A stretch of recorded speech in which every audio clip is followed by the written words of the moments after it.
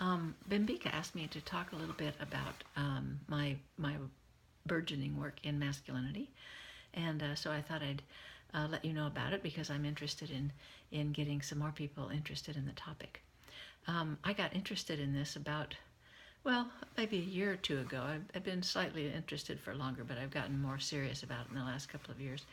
I had been looking at the literature on gender for years, and of course, most of it is focused on women.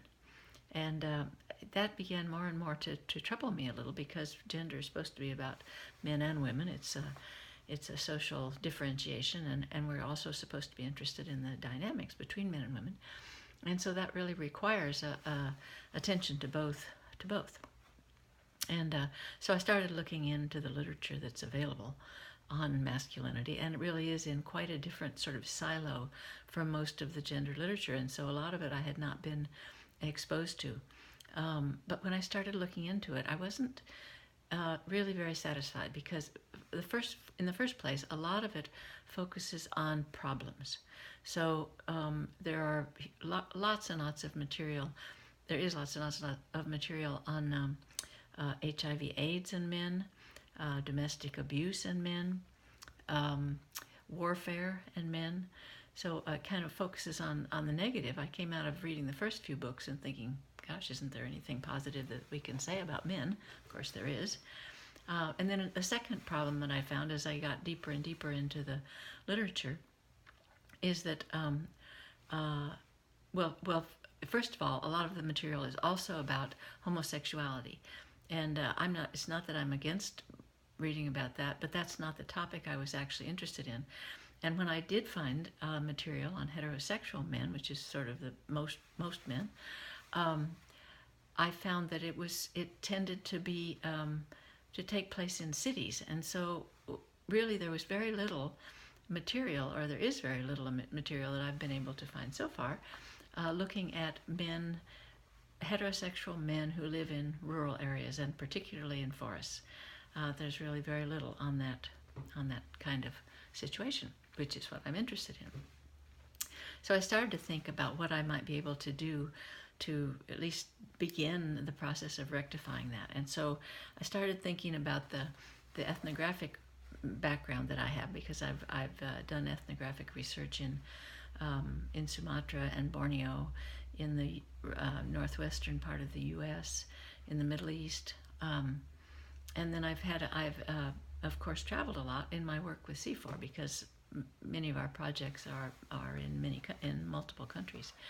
And so there are also places where I have some idea about local views on masculinity, even if I don't have the kind of in-depth, systematic kind of study that comes from ethnographic research. So anyway, I decided to sort of mine my own experience and look and see what I could pull out of old field notes, for instance, out of my own memories, about how masculinities play out in these different contexts. And one of the things that I feel is correct, that I believe, is that there isn't really just one view of masculinity. There's been a lot of literature that kind of talks about hegemonic masculinity, and at one point people seem to think that there was one kind that fit everywhere. Now that the ideas on that have changed, so there's recognition that there is more than one kind of ideal type of masculinity. But there still, it doesn't, well, maybe it's because there's not so much written about men in forests, but I haven't seen material that looks at the kinds of differences in ideal types for being a man. And I'd like to mine my background and also kind of describe what I do know about those kinds of topics.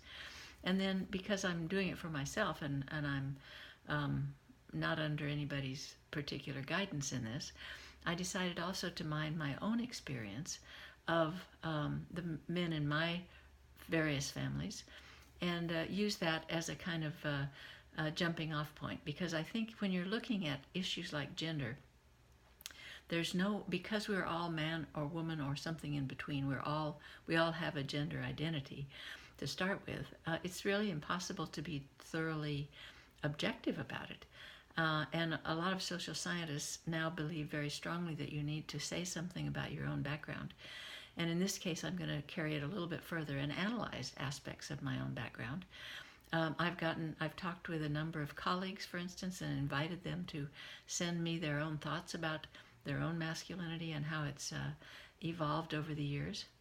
And that's another issue that I'm interested in. I became interested in it in some research I did in Washington, the state of Washington in the United States, just last year. And I went back to a community that I had studied in the 1970s. And I was intrigued because there's a huge difference now and then in terms of what an ideal man is like, and also the relations between men and women.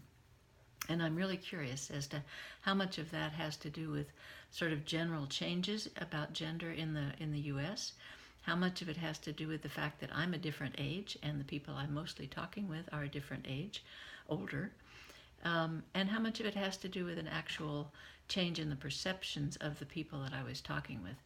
And I'm not sure I am going to be able to disaggregate those three kinds of changes, but I'm interested in thinking about that as I look through the material that I already have and might be able to gather.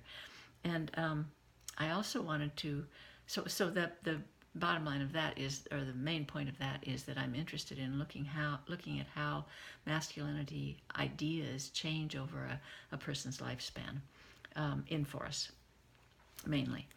And so I wanted also, by giving this little, what you might call it, a talk, I wanted to see if I could encourage other people at C4 to think about those things and maybe do some studies of their own or communicate with me about what they're finding as they do their own research, and just encourage a little more attention to issues about masculinity.